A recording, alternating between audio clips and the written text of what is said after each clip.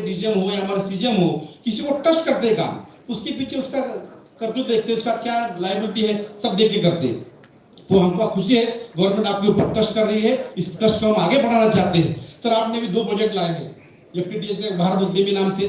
आप समझो प्रोजेक्ट को, बहुत लोगों के मालूम नहीं होगा ये प्रोजेक्ट कैसा है। एफटीटीएच का, एफटीटीएच लगाने का पैसा गवर्नमेंट देगी, समझ लो। इसके बाद एफटीटीएच लगाने का पैसा गवर्नमेंट देगी, मेंटेन करने का 5 साल का पैसा गवर्नमेंट देगी, और उसको मॉडेम का जो खर्चा आएगा उसका 5000 वो गवर्नमेंट देगी, और इसका रेवेन्यू आएगा कौन लेगा? बीएसएनएल लेगा। ये जादूगर हमारे पूर्वाज साहब का जादूगरी है, काफी किसी का नहीं है। अब जब गवर्नमेंट हमसे नाराज हो गई थी, बीएसएनएल के लोग कम्युनिस्ट थे, बीएसएनएल लोग ऐसे वैसे बोल रहे थे, उस स्थिति में पैसा लाके देखो सीएम साहब ने भरोसा दिया, तो उन्होंने भरोसा हमारे ऊपर किया। सीएम साहब ने ये काम लाया तो हमारे भरोसे पे लाया है, तो उन्होंने हमको भरोसा किया, ट्रस्ट करके लाया है, अकेला काम तो नहीं कर सकता कोई। तो उन्होंने पहले टारगेट दिया, गवर्नमेंट को डर लग रहा था कि बीएसएफ लोग कैसे काम करते कि नहीं करते, तो गवर्नमेंट ने बोला 1 लाख एफटीएच लगाओ, उसका पैसा हम आपको दे देंगे। अब पुरवार साहब तो मालूम है उन्होंने शुरू कर दिया, हमारे लोगों ने भी शुरू कर दिया। जो टारगेट 9 महीने का था वो हमने 4 महीने में 1 लाख टारगेट पूरा कर दिया, और समय सीएम साहब को धन्यवाद दूंगा उसके लिए। हमारे डॉक्टर सीएपी साहब को धन्यवाद दूंगा कि उन्होंने इसको बहुत बढ़िया तरह से आगे चला। तो गवर्नमेंट खुश हो गई, और तो उनको लगा कि बीएसएनएल लोग सही में काम करते, तो उन्होंने दूसरा टारगेट दिया 5 लाख एफटीटीएच कनेक्शन लगाने का। आपको कितना टारगेट दिया है? 5 लाख का। तो वो भी मुझे पूरा भरोसा है कि हम सब मिलके और हम सीएम साहब के हाथ मजबूत करेंगे कि एफटीटीएच के टारगेट सर उससे भी जल्दी पूरा करने का प्रयास करेंगे। दूसरा, जब गवर्नमेंट को लगा कि 1 लाख टारगेट पूरा इन अचीव कर लिया, तो उनको डाउट आ गया कि झूठ तो नहीं बोलते, आपको मालूम है गवर्नमेंट कितना सीरियस है।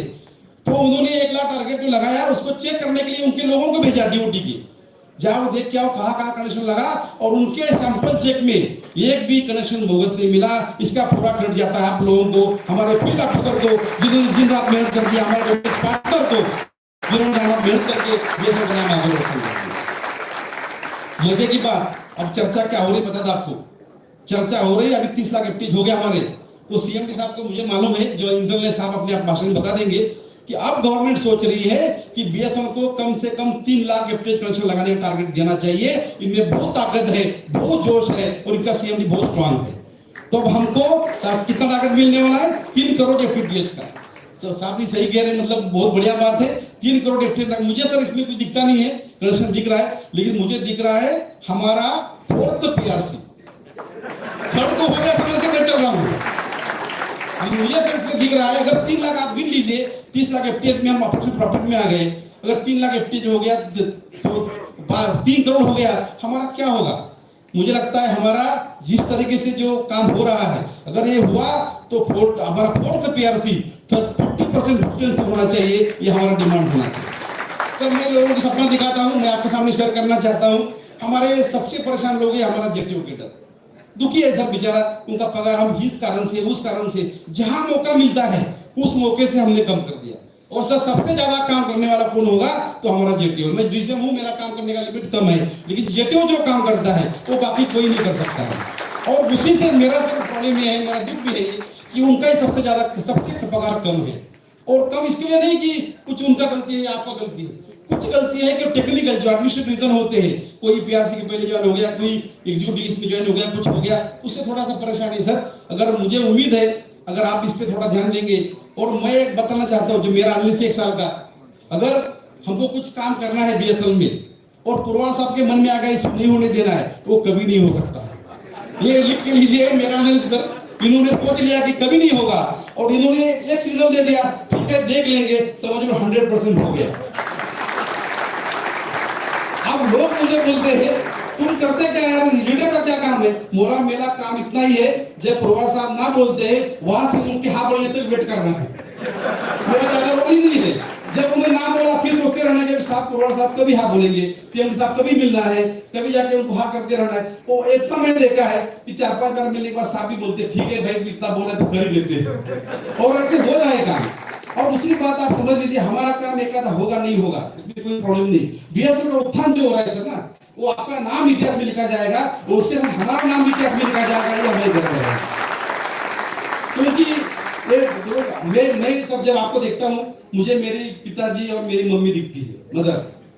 वो ऐसे करते तो मेरी मदर दिखती नहीं, पिताजी दिखते थे, क्योंकि पिताजी हमारे ऐसे थे, बहुत हिटलर थे। जब भी कुछ उनको गुस्सा आया इतना पीटते थे, पूछो मत, हमको कोई ये नहीं था कि पूछ रहे क्यों पीट रहे करके, उनका मूड खराब है पीटते थे। मतलब उनका मूड था तो वो करते थे, लेकिन उनको ये मालूम था कि ये पढ़ाई नहीं करेगा सब करेगा तो बराबर समझाते। और उनके बदौलत आज मैं यहाँ हूँ, जो कुछ मैंने बनाया मेरे पिताजी कारण था। दूसरी चीज, हमारे पिताजी का तो डर था ही, हमारी माता थी वो भी मदर थी, वो भी थोड़ी एकदम कड़क थी, लेकिन जब जब पिताजी नाराज होते थे ना, मेरा मदर का मूड बदला रहता था। अब मैं बीएसएफ ढूंढ रहा हूँ, हमारे पिताजी तो बेटे हैं, माता जी को ढूंढने के पीछे लगा हूँ, ताकि हमारा प्रॉब्लम कहीं आ गया तो इसको आज तक तो कोई मिला नहीं मुझे बीएसएफ। तो मैं दोनों चीजें साथ में देखता हूँ, हमारी मदर भी यही है, पिताजी भी यही है, जो इसे चलाना काम है। ये मेरा पक्का जो अनिल जी सर के साथ बता रहा हूँ पब्लिक के सामने। तो ये तो आपने भी देखा होगा, मदर का रोल बहुत अहम रहता था हर घर में, और हमने देखा है, हर होता भी आज भी होता है, पहले नहीं होता ऐसा नहीं है। तो जब ये काम किसी का टेंशन आता है, कुछ आता है, तो कहीं ना कहीं हमको आधार लगता है। और बीएसएल में पुरवार साहब के जो कारनामे हैं, जहाँ इनका पहुंच है, जो उनकी शक्ति है, स्ट्रेंथ है, उसके हिसाब से हमारे जो पेंडिंग काम है ना, वो कुछ भी नहीं है। सर मैं आपको सिंपल बताता हूँ, आपने सर 2 लाख करोड़ लाए, पहले पैकेज में लोग खुश बहुत हो गए। क्यों हो गए पहले पैकेज में खुश? कि जिसको जाना था वो गिन रहा था मुझे पैसा कितना मिल रहा है, इतना बढ़िया सर वेयर आपने दे दिया, दौड़ के लाइन लगा के लोगों ने वेयर दे लिया, इतना बढ़िया वेयर दिया। उसमें क्या था कि हर एक को अपने जेब में पैसा मिल रहा था, सब लोग खुश थे। अब जिसको पैसा नहीं मिला था वो खुश था, क्यों? चलो बुढ़ा चला गया तो मैं राजा बन जाऊंगा। तो सीएम साहब उन्होंने किसको राजा बनने नहीं दिया, बात अलग है, तो उनका दायित्व है। लेकिन हम देख रहे थे सब तक ये चला गया कि मुझे प्रमोशन मिलेगा, मुझे ये मिलेगा, मैं ये करूंगा। लेकिन सीएम साहब ने बहुत होशियारी से 2 गुड्डों को भगा दिया, एक जवान को डबल ट्रिपल काम दे दिया, ये भी नहीं दिया। हमारे नीचे का सब निकल गए, सर ऊपर चले गए, हम लोग 3 का लोड ले रहे हैं। जो आप देखिए सर, आपने भी रिकॉग्नाइज किया, सीएम साहब ने मुझे बताया था, मैं इनको पूछा सर ये गवर्नमेंट पैकेज देने के पीछे क्या रोल है, क्या गवर्नमेंट सोच रही है? साहब ने मुझे कहा 2 चीजों में लग रहा था। पहले उन्होंने देखा गवर्नमेंट ने कि जब कोरोना पीरियड में और कठिन दौर में, उसके बाद वीआरएस के बाद बीएसएफ के लोगों ने जिस तरीके से बीएसएफ को संभाला है, इससे कोई बड़ी चीज नहीं, और गवर्नमेंट इसको रिकॉग्नाइज करती है। साहब ने बताया कि जब ये पैकेज बन रहा था, बन के आगे गया था फाइनल स्टेज में, फाइनेंस सेक्रेटरी थे गवर्नमेंट के, फाइनेंस सेक्रेटरी जिनका इसमें रोल था, वहां साहब का टेंशन बढ़ गया था। साहब ने जो शेयर किया बता रहा हूं कि फाइनेंस वाले नॉर्मली अप्रूव करते नहीं, साहब तो फाइनेंस से उनको मालूम है, तो उनको डाउट था इनके ऊपर फाइनेंस सेक्रेटरी साहब। तो साहब ने ये कहा कि कैसे करें इसको, हम कैसे ये करें? तो उनका जब बात चला था फाइनेंस सेक्रेटरी साहब से, साहब मिलने गए तो बात हो गई और उन्होंने एग्री कर दिया। साहब को डाउट आ गया, कैसे एग्री कर दिया उन्होंने, फाइनेंस का आदमी कैसे एग्री कर सकता है चीज, वो इतने बड़े पैकेज को। साहब ने उनको पूछा कि सर क्या आपने देखा, तो उन्होंने कहा, जो सेक्रेटरी गवर्नमेंट के फाइनेंस सेक्रेटरी, उन्होंने कहा मैं चेन्नई से हूँ, और चेन्नई में जो आपके बीएसएफ के लोग हैं बहुत अच्छी सेवा देते हैं, बहुत अच्छी सर्विस देते हैं, उससे मैं प्रभावित हूँ, और बीएसएफ लोगों का भला होना चाहिए, ये आप लोगों को कहा था। देखो आपका कर्म किया हुआ का फायदा पहुंचाएगा। वो चेन्नई के जो लोगों ने हमारे फाइनेंस सेक्रेटरी को सर्विस दी होगी, उसका रिकॉग्निशन था कि हमारा जो मैटर कुछ होता नहीं था वह हो गया, इसके लिए उनको भी धन्यवाद देना चाहिए। और हमको ध्यान रखना चाहिए, हमको ध्यान रखना चाहिए, कस्टमर कोई भी हो, आज भले ही थोड़ा सा कुछ छोटा ऑफिसर होगा या किसी का बच्चा होगा, कल चल के वो देश का प्राइम मिनिस्टर बन सकता है, वो फाइनेंस मिनिस्टर बन सकता है, कोई टेलीकॉम मिनिस्टर बन सकता है, कुछ बन सकता है, हमारा भला हो सकता है। तो सेवा भाव हमको जागरूक रखना पड़ेगा। अगर हमने ये रखा तो मुझे लगता है प्रॉब्लम कोई आएगा नहीं। दूसरी बात, जो पैकेज आ गया, दूसरा पैकेज आ गया, उसमें क्या दर्द है हमारा? आपने पैसा तो 4 गुना लाया, कितना लाया? 4 गुना, 1,64,000 रुपए लाया, करोड़ लाया सर। लेकिन उसमें प्रॉब्लम हुआ सर, पैसा हमारे जेब में कुछ आया नहीं। लोगों ने मुझे समझाया कि आप सीएम साहब बोलो कुछ ना कुछ हमारे जेब में 1 रुपया 8 आने कुछ तो डालो। तब हम बोले सर मोटिवेट करेंगे, सर ये हमारा प्रॉब्लम नहीं है। देखो मैं घर भी बताता हूँ मेरी मिसेस को, या हमारे लोग बताते घर मिसेस को, हमारे देश में पैकेज मिल गया, कुछ बीवी एक्टिव होती है, वो खुद पूछती है अरे तुम्हारा नाम चल रहा है पेपर में, पैकेज मिल गया, तुम्हारा क्या मिल गया? तो सर हम क्या बताएं? हम बोलेंगे बीएसएफ बना हो गए। अच्छा मैं 10 दिन समझा दिया, लोगों ने 15 दिन समझा दिया, किसी ने महीना समझा दिया, मनीष जी को 1 साल समझा रहे कि ऐसा करे हो जाएगा। तो वो पूछती, उनकी मिसेस पूछती है अरे एक साल से बोल रहे तुम्हारे जेब में कुछ नहीं आ रहा, कितना काम करेगा तुम? सर मेरी आपसे रिक्वेस्ट है, आपका स्किल इतना बढ़िया है, बहुत इंटेलिजेंट है, 2 लाख करोड़ हमको चाहिए नहीं सर। छोटी मोटी चीजें इसको आपने हमारा गौर किया, थोड़ा थोड़ा सब जाना चाहिए, आप सब रख के फायदा नहीं, तो थोड़ा पैसा हमारे जेब में, अभी बैंक में कहूंगा किसी का जेब नहीं होता, अगर सब पैसा बैंक में जाता है, थोड़ा सा मेरी रिक्वेस्ट है किसी हाउस की तरफ से कि कुछ ना कुछ पैसा, अगर कुछ नहीं कर सकते तो हमारे जीएटीओ है सर, उनको मोटिवेट करने के लिए आप 2-3 चीजों को ध्यान देंगे। मुझे लगता नहीं बीएसएफ को 3 करोड़ नहीं, हम 10 करोड़ का टारगेट पूरा करेंगे, और मेरा आपको आशीर्वाद देता हूं, ठीक है, जितना नाम उतना पूरा करेंगे।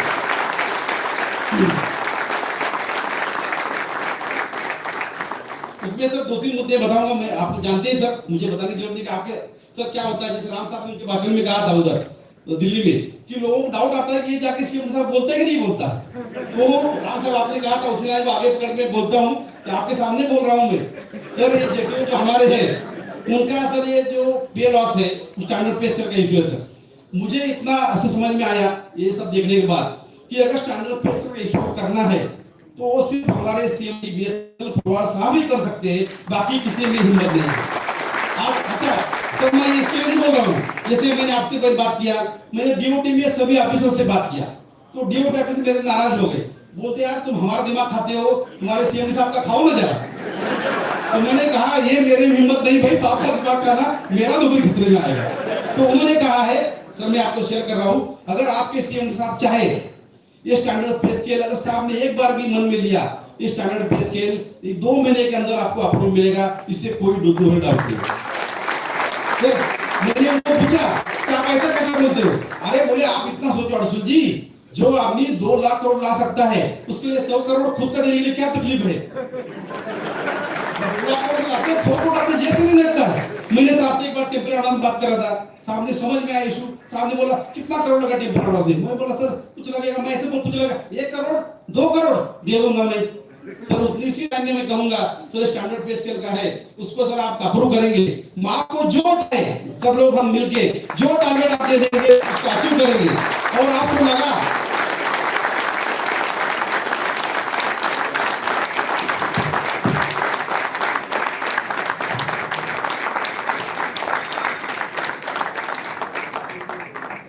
सर, अगर आपको लगा टारगेट अचीव नहीं हुआ फिर निकाल लेना सर, हम दे देंगे, कोई प्रॉब्लम नहीं है। कितना गारंटी साहब कहते हैं सर, हमको भरोसा है कि सर जो आदमी 1 आदमी का 3 आदमी का 4 आदमी काम संभाल रहा है, वो जेटीओ है, डीजीएम का काम करता है, डी का काम करता है, जीएम का करता है, वो सीएमडी का नहीं करता, इस पर रोल नहीं है। ये करते हैं किसी, हमारा जेटीओ इतना मास्टर है, किसी डीजीएम का ईआरपी है, ईमेल है, सब कुछ करते हैं, आप देखेंगे इतिहास तो मालूम पड़ेगा। वो बेचारा इनका ही पगार नहीं दे, मुझे जीएस बनने के बाद ये दुख होता है कि मैं जीएस किसके लिए बना, ये लोग मेरे दुखी है, जो सबसे काम करने वाला और जो वर्कर जो होता है, जो काम करता है उसको दुखी रहती है, कोई कंपनी फायदे में नहीं हो सकती, कोई नहीं हो सकती, घर भी नहीं होता, बाकी कैसे होगा? तो मेरी रिक्वेस्ट है आपसे, यहाँ मत करिए कहीं भी सर, जब आपको मौका मिलता है जल्द से जल्द ये स्टैंडर्ड पे स्केल के लिए सर आप भी सिग्नल दे दीजिए। और मुझे पूरी उम्मीद है, मेरी पावर नहीं है ये कि आपने सिग्नल दिखा दिया कि बीएसएनएल से भाई स्टैंडर्ड पे स्केल कर सकते हैं, 100% 1 महीने के अंदर डीओटी इसको अप्रूवल देगा, इतना मेरा गारंटी है, क्योंकि मेरा गारंटी कि मैं कर रहा हूँ, मुझे ये मालूम है कि सीएम साहब का डीओटी में कितना वजन है, सीएम साहब का मिनिस्टर साहब का कितना वजन है, इसका फायदा मैं उठाना चाहता हूँ। तो आप ज्यादा सोचो मत, अब जेब खाली है या बैंक अकाउंट खाली है ऐसा नहीं है, लेकिन आपसे पैसा आता रहेगा। हमारा सबका काम है कि बीएसएनएल के अकाउंट पैसा डालना है, और सर हम इतना पैसा डालेंगे कि आपको देना नहीं पड़ेगा। तो मुझे की बात बताना चाहूंगा कि हम लोग क्यों लेते हैं कि हमारे पास पैसा नहीं था, पैसा क्यों नहीं कि हमारे कनेक्शन कट रहे, ये सब साइकिल है इधर से उधर, कनेक्शन क्यों कट रहे, हमारे से इक्विपमेंट नहीं, इक्विपमेंट क्यों नहीं, लोग कम हो गए, कोई क्या कुछ करता है, कोई कुछ करता है, कुछ निकम्मे लोग हैं, हम नहीं मानते कि हमें पूरे 100% अच्छे हैं, वो सब समाज से आते हैं तो कुछ लोग होते हैं, लेकिन उसको ठीक करने का जिसका काम है उसको काम बोलते ही नहीं सर। वो क्या करता है, जो काम उसको बोलता है अरे वो करारसूल करता नहीं, तुम ही करो सब काम। ऐसे सर लोगों को 3 के बदले 5 लोगों को काम करना पड़ता है, जेटीओ को पहले एसडी का है, डी का है, सब करके वो करते हैं सर, आजकल बैकबोन है। और इसको सर बिल्कुल मेरी आपसे रिक्वेस्ट है, और आप सभी से रिक्वेस्ट है, मैंने इतना बोला है, अगर साहब ने कर दिया तो आपको काम करके दिखाना पड़ेगा, नहीं तो फिर मेरे कपड़े बढ़ जाएंगे, क्योंकि साहब छोड़ते नहीं है, उसका पूरा मांगे टारगेट दिया। तो अब देखो सबको लगता होगा कि सीएमडी साहब इतने खुश है, इतना मालिक है, सब कुछ है, लेकिन मैं इनको देखता हूँ इनका बहुत पैसे होता है। जब से वो पैकेज आया है तो उनका पूरा रिव्यू करते हैं, डीओटी इतना आसानी से नहीं दिया पैकेज, पूरा मॉनिटर करते हैं। मुझे लगता है सर आपका मंगलवार को मीटिंग होता है डीओटी में, बुधवार को होता है, शुक्रवार को भी होता है, हर दिन इनका पूछ के चलता है। और वहां से कितने सवाल आने दो, मुझे की बात ये है वहां से 100 सवाल आने दो, उस सबके जवाब ये अच्छे से दे देते। आपको बताना चाहूंगा ये जो पैकेज की बात चल रहा था, हम गए तभी चर्चा हो रही थी कि सामने हमको पहली मीटिंग बताया कि हम पैकेज की बात करें, किसको शेयर मत करो, लेकिन ये पैकेज की बात चल रही है, हम इसको वर्कआउट कर रहे हैं। जब ये सामने शेयर किया, जिसका रिपोर्ट देने के बाद आ गया, प्रेजेंटेशन सामने बनाया, वो सबको दे रहे थे। 27 जगह उनको प्रेजेंटेशन देना पड़ा, 27 जगह जो बनाया उसको पहले मंत्री, डीओटी सेक्रेटरी, डीओटी के बाकी मेंबर्स हो गए, वो सब ऐसे करते करते 2700 प्रेजेंटेशन किसको दिया इन्होंने? Prime minister of India. और मुझे लगता है बीएसएन के कोई केस इतिहास में हमारे आदरणीय प्राइम मिनिस्टर साहब किसी को खड़ा नहीं करते।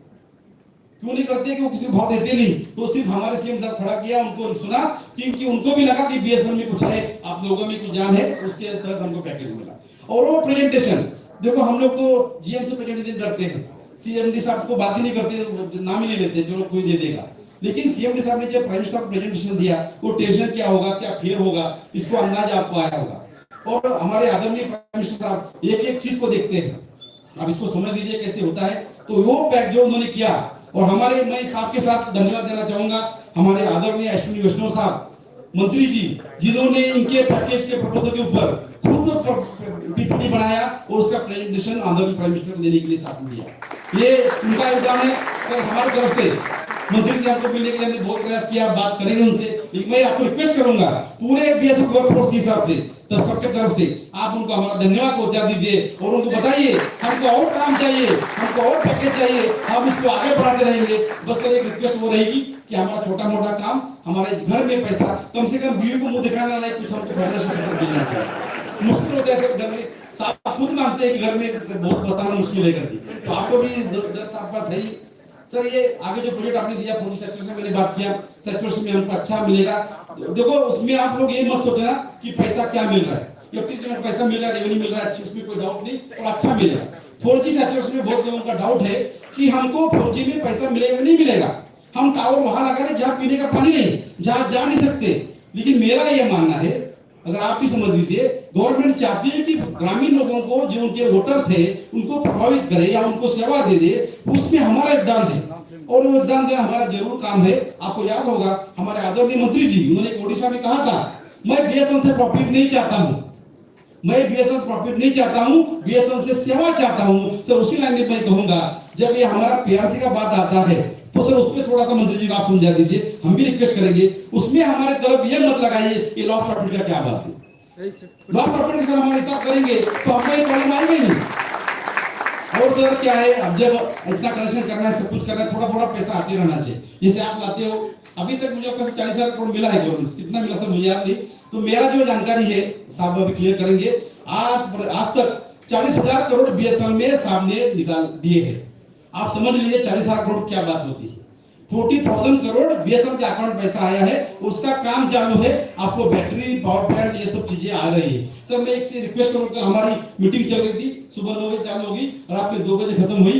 लोग, सर मुझे ये आश्चर्य लग रहा था कि कोई भी आदमी मुझे ये नहीं कर रहा था असुजी इसको ट्रेस करो, ये इसको ट्रेस करो। ये सब लोगों ने मुझे कहा कि सीएम साहब बोलो हमारी बैटरी, पावर प्लांट और हमारा सप्लाई का जो सब ठीक करेंगे तो हम इसको ऐसा चमकाएंगे, वो कोई प्रॉब्लम नहीं रहेगा। सप्लाई जो हमारे पास जैसे प्रॉब्लम फील्ड में बहुत है, हमारा ऑब्जेक्टिव करना चाहते, आपने कुछ किया है। और सर्कल, खासकर sir UP east and west circle, वो दोनों सर्कल से मेरे ये कर रहे थे, आप हम घोर चीज नहीं पूछते हैं, हमारे यहाँ एक बैटरी नहीं है।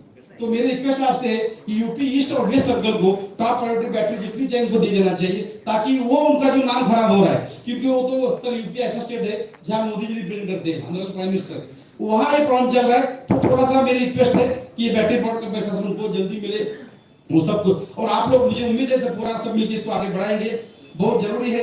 मैं तो बहुत टाइम ले रहा हूँ सर, एक हमारे आश्वासन के बारे में थोड़ा बताऊंगा आगे बढ़ने के पहले। बहुत लोगों के मन में आशंका है कि जैसे हम मिल रहे थे लोगों को, तो हमारे नए मिले डायरेक्टर साहब हमारे सीए थे, उन्होंने कहा अरे अशोक जी आपकी एसोसिएशन जिंदा है। बोला सर क्यों ऐसा बोल रहे? अरे तुम्हारे पास कुछ है नहीं, तुम्हारे में इनपुट कुछ है नहीं। तो बोला इनपुट क्यों नहीं सर हमारे पास तो ये। अरे बोले मुझे जो बताया गया कि हमको बताया गया कि जो नए लोग आ रहे वो डायरेक्ट ये जो ज्वाइन करते हैं, इसके लिए भी कोई इंटेक ही नहीं है। तो बोला ऐसा नहीं सर, देखो हमारे पास हमारे प्रेसिडेंट थे तभी, ये 30-40 साल के 30 के लोग हैं, और हम निरंजन साहब 28 साल का है, हमारे पास पवित्र सिंह है वो 52 मतलब 42 ना पवित्र, उससे ही कम होगा मुझे, हाँ तो मतलब 42 के, मतलब सर ये यंग लोग है, ऐसा नहीं। बस प्रॉब्लम क्या था कि हर टाइम हम ही आपके सामने आते, तो हमने भी ऊपर दिया कि इनको सामने करे तो हमारा काम आगे बढ़ेगा। और सर ये रियल वर्कफोर्स है, मैं आपको धन्यवाद इसके लिए दूंगा।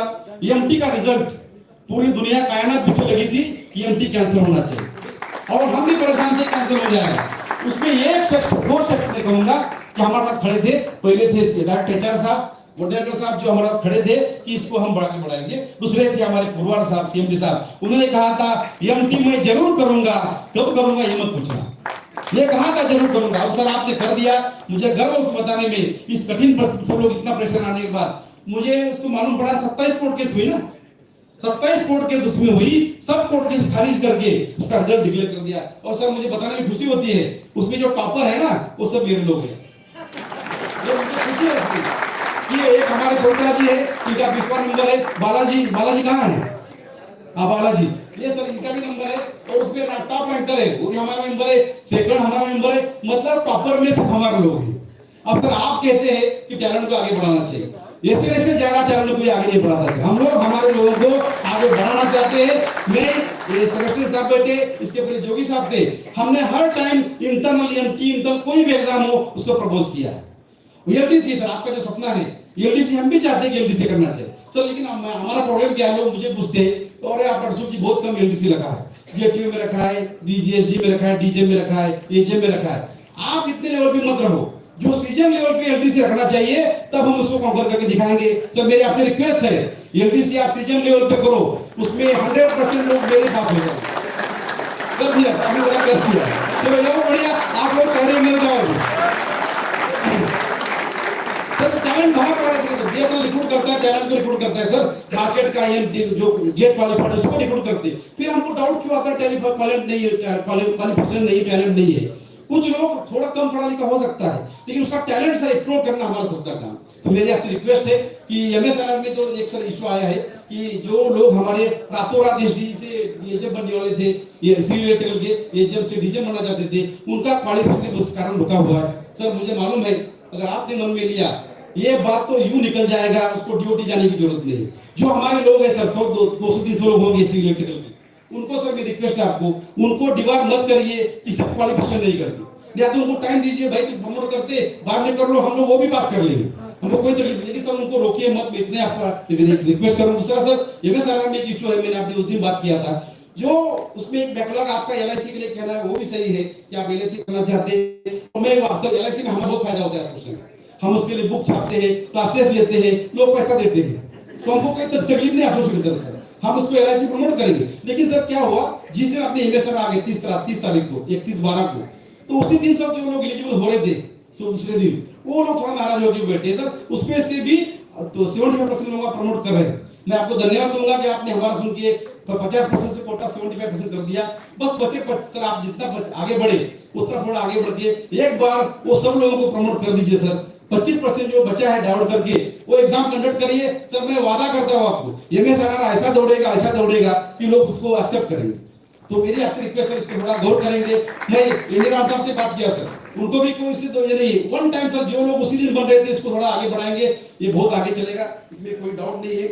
हमारे मेंबर्स की बात करा सर, पूरे बीएसएन में लगभग 30,000 लोग हैं, 30,000 में से सर 12,000 हमारे मेंबर हैं, और जितने बीएसएन में यूनियन एसोसिएशन सभी है, यूनियन में भी सब में सबसे ज्यादा मेंबर्स हमारे सर। इसके लिए मैं मेरे डीएस को सभी को धन्यवाद देना चाहता हूँ, उनका जो लोगों का रिलेशन है उसका योगदान है। सेकंड नंबर पे आता है बीएसएल ईयू, हमारा एआईजेटीओए, उनके 9,000 के आसपास नंबर मेंबर है। उसके बाद एनएफटी आता है, उसके बाद एआईबीएसएल आता है, और उसके बाद 25 सभी एसोसिएशन का मिलकर 500 मेंबर है। तो हम आपको बहुत रिप्रेजेंट करते हैं। मेरा सर आपको डाउट आता है कि हम लोग एक्टिव है कि नहीं, आप एक सीजन से आप पूछिए, किसी को पूछिए, जहां जहां काम करने वाला कुछ काम होता है, टारगेट होता है, अगर उसमें आप गिनेंगे 10 में से 8 लोग ऐसे के मेंबर मिलेंगे, तो मेरा वादा आपको। और मैं आगे बताना चाहता हूं सर, इसमें 100% हो जाएंगे, क्योंकि जहां जहां काम आता है, डिफरेंट काम आता है, वह करने के लिए हमारे लोग तैयार है, इसको आगे बढ़ाएंगे। सर मैं समय ज्यादा ले रहा हूँ। ये होता क्या है, जब नॉर्मली मेरा ये एनालिसिस है कि साहब जज है और हम कोर्ट में जाके दलील करते रहते हैं, साहब के एडवोकेट होके, आपका एडवोकेट आपने नॉमिनेट किए हुए, तो मुझे आज लग रहा है कि ये कोर्ट ही हमारे घर में चल के आया है। तो सर कोर्ट चल के आता है, मांगने में तो पीछे आना चाहिए ना।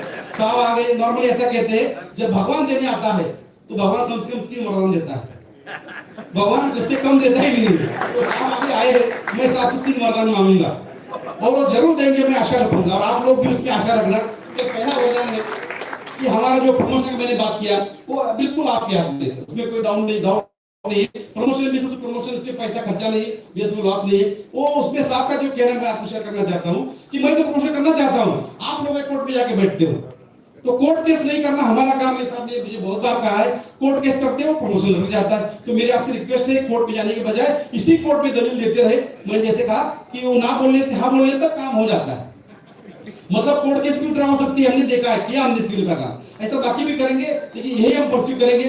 तो एक तो प्रमोशन का था, दूसरा सर प्रमोशन में जो बिना पैसे काम है, एक टाइम बाउंड प्रमोशन सर, जो मैं अभी आपसे डिटेल बात करूंगा, हम नहीं चाहते कि उसी फॉर्मेट में हो, लेकिन सर एजीएम लेवल तक टाइम बाउंड प्रमोशन होना चाहिए।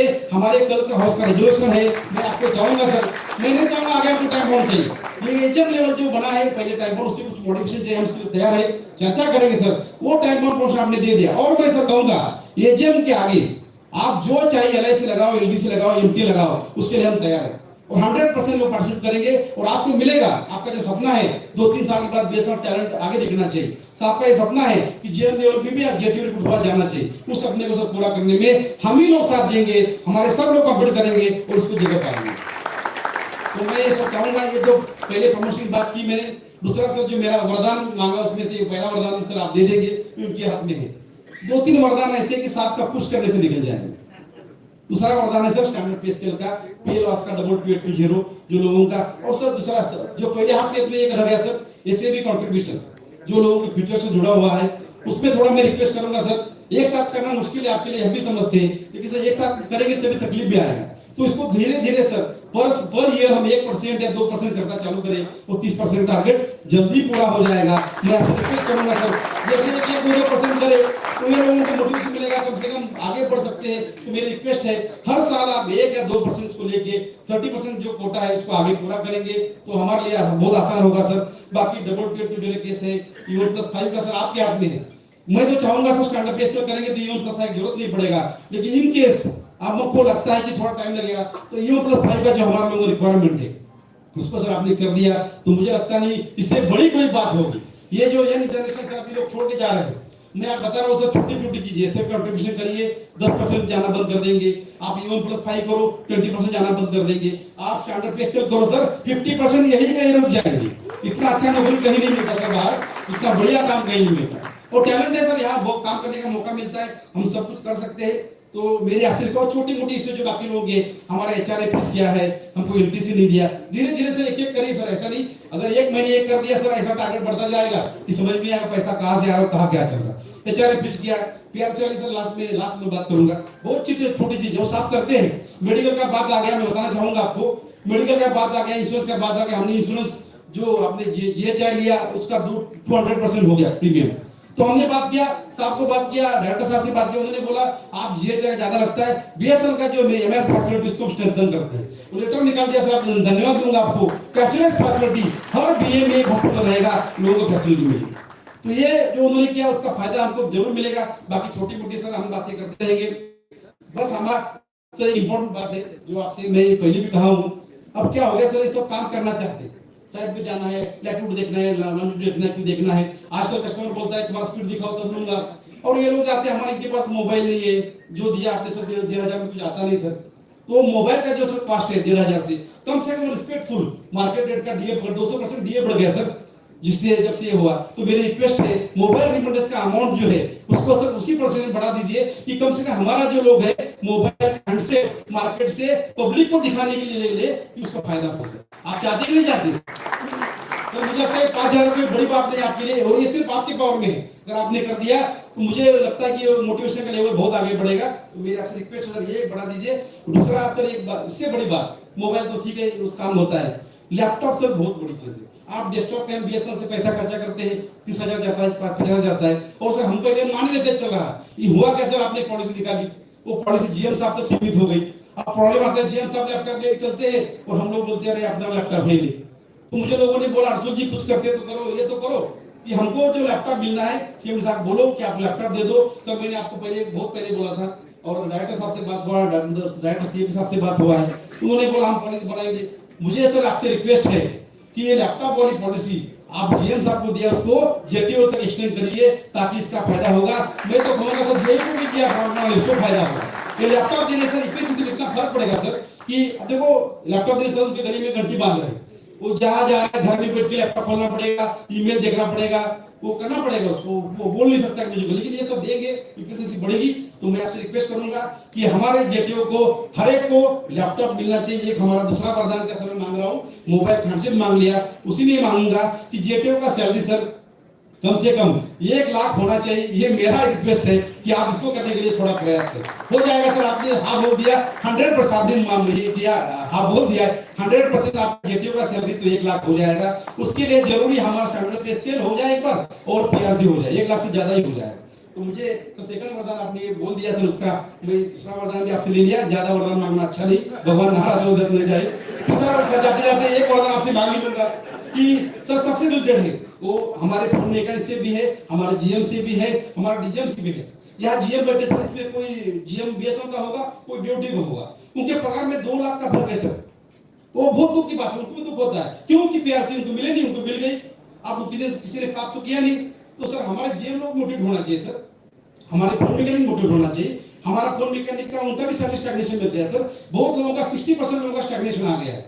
तो मेरी आपसे रिक्वेस्ट है, वो स्किल आप में ही है सिर्फ, और आप कर सकते हैं, मुझे पूरा भरोसा है सर। हमारा थर्ड पेज का जो डिस्कशन 2018 में जहां रुका था, वो रुका था 0% 5%, तभी तो सीएम साहब दूसरे थे, तो हमको ज्यादा उम्मीद नहीं थी। अब आप सीएम थे सर, मेरी आपसे रिक्वेस्ट है, जो डिस्कशन 0 to 5% रुका था उसको आप चालू करिए, 10 से 15% चालू करिए। 10 से 15 में जो कुछ देंगे सर हम खुशी खुशी मान लेंगे, कोई प्रॉब्लम नहीं, जो भी होगा सर और कर सकते हैं, इसमें कोई इशू नहीं। और हम जिससे मैंने मंत्री साहब के ऑफिस से भी निकाला था इंफॉर्मेशन, उनका भी ये कहना है, देखो हम पैसा आपको अभी देंगे तो प्रॉब्लम बनेगा, तो पब्लिक बोलेगी, तो पब्लिक थोड़ा थोड़ा बोलती रहती है। मैंने ये देखा है कि वहां भी आपके सिग्नल का इंतजार कर रहे हैं, तब सीएम साहब बोलते हैं कि भाई हमारे लोग काम कर रहे हैं, इनको पैसा दे दे। तो मुझे लगता है इससे बढ़िया कोई मौका नहीं होगा कि प्यार से मांगने का। सर मैं तीसरा वरदान आपसे मांग रहा हूँ, हमारे सभी लोगों को, जिसमें आपका भला है सर, साहब को भी लागू नहीं हुआ प्यार से। देखो कभी कभी मजे की बात यह है, साहब का पेमेंट भी बाकी जीएम लोगों से कम है, और वो इतना मेहनत करते हैं। अगर इनका हिसाब देखिए तो मैं आपके जो ऑफिस के क्या नाम उनका प्यून है, उनका मैं भूल गया, उनका सेंटेंस बताता हूँ। मैं यहाँ 20 साल से काम कर रहा हूँ ऑफिस में, मैं यहाँ 20 साल से काम कर रहा हूँ। प्यून बोलता है, लालू जी वो बोलता है कि 20 साल से काम कर रहा हूँ, मैंने ऐसा ऑफिसर देखा नहीं कि दिन भर तो लगा रहता है, शाम को बैग भर के ले जाता है, पूरी फाइल क्लियर करके फिर आता है। अगर आप सीएमडी साहब को, डायरेक्टर साहब को देखेंगे,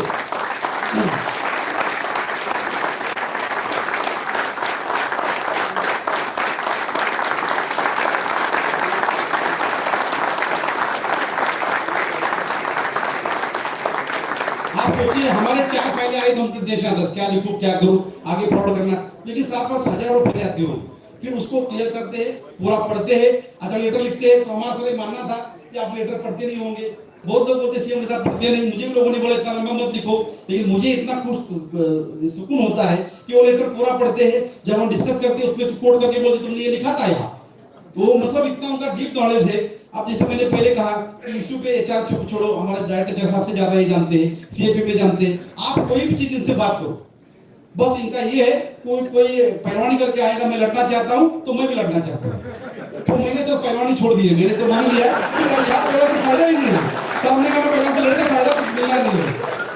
तो सर हमने आपको पहले बताया, अभी बताना चाहता हूँ, के सामने बताना चाहता हूँ, हमने स्टैंड लिया और 1 साल हो गया सर, हमने 1 लाइन का एजुकेशन किया नहीं, 1 साल हो गया हमको, हमने इस आपको सपोर्ट किया, एजुकेशन करना हमारा हक है, करते रहेंगे। लेकिन हमने जब देखा कि जब इतना पैसा ला रहे, इतना अच्छा कर रहे, तो एजुकेशन कर क्या करेंगे। ये आगे फ्यूचर देख रहे हैं, हम आज का नहीं देख रहे, हम देख रहे हैं हमारा फ्यूचर।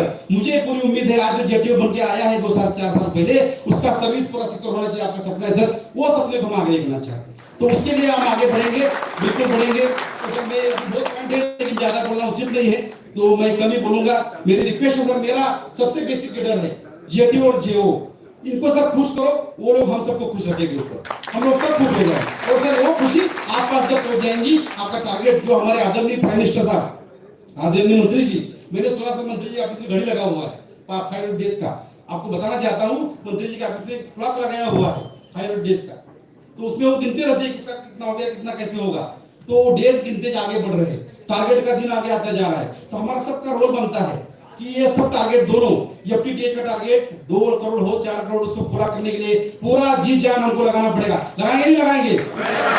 पूरा लगाना पड़ेगा। दूसरा पुलिस अचीवमेंट प्रोजेक्ट, जगह जितनी मिलती है उतना आगे बढ़ाएंगे। मुझे उम्मीद है 100% प्रयास करेंगे। मैं बताना चाहूंगा 100 जाने तो 80% हमने अचीव कर लिया तो भी हमारा काम रोशन होगा। हमारे मंत्री जी, हमारे आदरणीय प्राइम मिनिस्टर दोनों खुश होकर जानते हैं कि हमने टारगेट वोट दिया है। जैसे हमारा आईटी में सब बहुत ज्यादा देते हैं, उसमें भी हमको प्रॉब्लम आता है, हम बोलते नहीं कुछ भी। अटेंडेंस ऑनलाइन हम मानते हैं। देखो मुझे लोगों ने पूछा सर कि आप क्यों अपोज नहीं करते, ऑनलाइन अटेंडेंस क्यों अपोज नहीं करते, आईटीएम्स क्यों अपोज नहीं करते, सब कुछ स्ट्रिक्ट हो रहा है। मैंने बोला ये गवर्नमेंट को दिखाने के लिए है कि गवर्नमेंट बीएसएफ में स्ट्रिंजेंट कंडीशन लगा रहा है कि हम लोग डिसिप्लिन हो रहे हैं, और डिसिप्लिन का फायदा आया। मैं बताना चाहता हूँ कॉर्पोरेट ऑफिस में पहले अटेंडेंस था, ऑनलाइन था, लेकिन वो डिजिटल नहीं था, अंगूठा लगाना पड़ता था अनपढ़ जैसा। तो अंगूठा लगाते लोग 12 बजे लगाओ 4 बजे लगाओ, कोई देखता ही नहीं था। अब क्या हो गया सर, आपने साहब का इंजीनियर आइडिया है, उन्होंने क्या किया, लिस्ट लगा दिया सबका, सीएमडी साहब से लेके प्यून तक सब दिखता है कौन से ऑफिस में कौन बैठा है। हैदराबाद में बैठा आदमी देखता है सीएमडी साहब ऑफिस में आएगा नहीं, और वो सीएमडी साहब देख सकता है कि हैदराबाद का प्यून आएगा नहीं आएगा। मतलब इतना ट्रांसफर सिस्टम हो गया, उसके डर में सब लोग जल्दी आते हैं। डर जो है ना वो इसका है कि सब देखते हैं कि मैं आया नहीं करके, इसके लिए तो लोग टाइम पे आते सर। और जो ऑनलाइन अटेंडेंस फॉलो किया ना, उसमें ऐसे 100% लोग फॉलो करते हैं, इंक्लूडिंग मी, मैं भी खुद फॉलो करता हूँ और सभी लोग फॉलो करते हैं। और हम आईटीएम में सर अपोज नहीं करते, उसको भी हम मॉडिफिकेशन छोटा मोटा चेंजेस चाहते हैं, वो पीछे में साहब को हमने बोला है और आपने एश्योरेंस किया, उसको भी करेंगे। साहब का कहना है कि आईपीएम में आपको तो परेशान करने के लिए नहीं बनाया, ये सिस्टम बनना चाहिए, एक कंपनी का जो सिस्टम है उसको आगे चलाने के लिए बनाया। तो आपके सब जो कानून है रूल सब हम मानना चाहते हैं। और मैं चाहता हूँ सर, हमारे इंडिया राम साहब है, वो भी लोगों के लिए काम करते, सेवा के लोगों का हित है। हमको लास्ट टाइम लोगों ने उल्लू बनाया, हमको बोला कि तुम आगे से बात करते हो रिजर्वेशन, हमने कभी आगे से बात नहीं किया, अभी भी इनके साथ थे सर। रिजर्वेशन का इशू सेटल हुआ तो आगे बढ़ने में सोशल जो इनजस्टिस है उसको बरकरार रखने में बहुत काम आता। हमने स्टैंड लिया सर, जो जो इशू होगा रिजर्वेशन का वो सब इशू इंडिया राम साहब देखेंगे, बाकी जो इशू बचे वो सब हम दोनों आगे बढ़ाएंगे। रिजर्वेशन में जो इंडिया साहब कहेंगे उसको मैं एग्री करूंगा सर, और बाकी इशू में हम दोनों मिलकर आपके पास आएंगे, आपसे चर्चा करेंगे और आपसे बात करके वो सेटल करेंगे। इस आशा के हमारा हौसला बढ़ाया, आज आपके यहाँ आने से हमारे लोगों के दिल में जोश आ गया। बहुत दिनों से कोई मिलता, कि कोरोना में मिलना बंद कर दिया, उसके बाद हमारी मीटिंग नहीं होती थी, और फिर उसके बाद जो मीटिंग अभी हो गई है उसमें सर आप आए, आपने रौनक दिखाया, और अभी तो मैं बोल रहा हूँ, इनके विचार सुनने आपको समझ में आएगा कि हमने कितना बढ़िया गेस्ट बुलाया है। तो अब मैं साहब को मौका देना चाहता हूँ, तो मैं मनीष जी को धन्यवाद दूंगा, आपने बहुत समय दिया। लेकिन क्या होता है वो डायलॉग है ना, जो वाला कुरकुरे वाला, क्या करे दिल कंट्रोल नहीं होता है, दिल मांगे मोर। तो आप इधर आए तो मैं जरा दिल ज्यादा ही बढ़ गया था, मैंने बहुत सारी चीजें मांगी सर, बहुत छोटी, कुछ चीजें छोटी होगी, नाराज मत होना, वो चीजें मैं साहब को जाके दिल्ली में पक्का बताऊंगा। Thank you very much. जय हिंद, जय बीएसएनएल, जय बीएसएनएल।